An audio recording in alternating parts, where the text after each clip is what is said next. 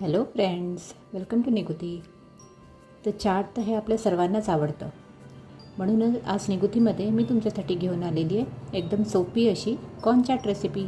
चला तर मग आपण पटकन बनवायला घेऊ. तर कॉर्न चाट बनवण्यासाठी इथे मी 2 मके घेतलेले. ते मक्याच्या कणीसमधून मी मके काढून घेतलेले आहेत.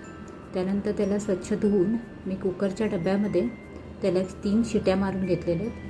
कुकरच्या डब्यामध्ये थोडंसं मीठ घाला आणि त्याला 3 शिट्या मारून घ्या. तर कॉर्न चाट बनवण्यासाठी मी इथे थोडंसं तूप घेतलेलं आहे. तुम्ही तूप किंवा बटर काहीही घेऊ शकता. दोन्हीमध्ये हे कॉर्न चाट खूपच छान लागतं.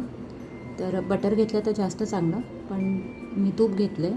त्यामध्ये आपण आता हे शिजवलेले कॉर्न घालून ह्याला 1-2 मिनटं फक्त आपण चमच्याने असं परतवून घ्यायचं आहे. 1-2 मिनटं कॉर्न परतवून झाल्यावर आपण ह्याच्यात घालणार आहोत थोडेसे चिली फ्लेक्स. चिली फ्लेक्स घालून झाले की आपण ह्याच्यात घालतो आहे थोडासा चाट मसाला.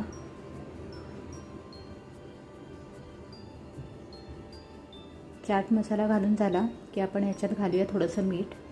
आधी आपण कॉर्न शिजवताना थोडंसं मीठ घातलेलं, त्यामुळे आता मीठ त्या अंदाजानेच घाला, थोडंसंच घाला. हे सगळं आपण एकजीव होईपर्यंत व्यवस्थित असं परतवून घेऊ. 1-2 मिनटं ह्याला असंच परतवून घ्यायचं जेणेकरून हे सगळं व्यवस्थित मिक्स होईल. आता आपण ह्याच्यात एक कांदा बारीक चिरून घेतलेला आहे, तो आपण घालतो आहे. तो पण व्यवस्थित मिक्स करून घ्या. कांदा आपला व्यवस्थित मिक्स करून झाला की आपण ह्याच्यात थोडासा अर्धा टोमॅटो आपण कापून घेतलेला बारीक, तो आपण घालूया. टोमॅटो घातल्यानंतरसुद्धा ह्याला व्यवस्थित असं आपण मिक्स करून घेऊ.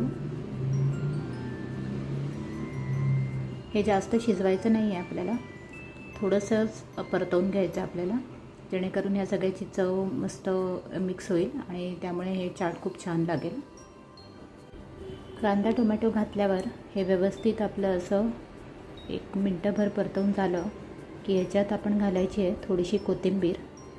कोथिंबीरसुद्धा व्यवस्थित त्याच्यामध्ये आपण मिक्स करून घेऊ. तर तयार आहे आपला मस्त चटपटीत असा कॉर्न चाट. होप तुम्हाला माझी रेसिपी आवडली असेल आणि तुम्ही ही नक्की घरी करून पाहाल.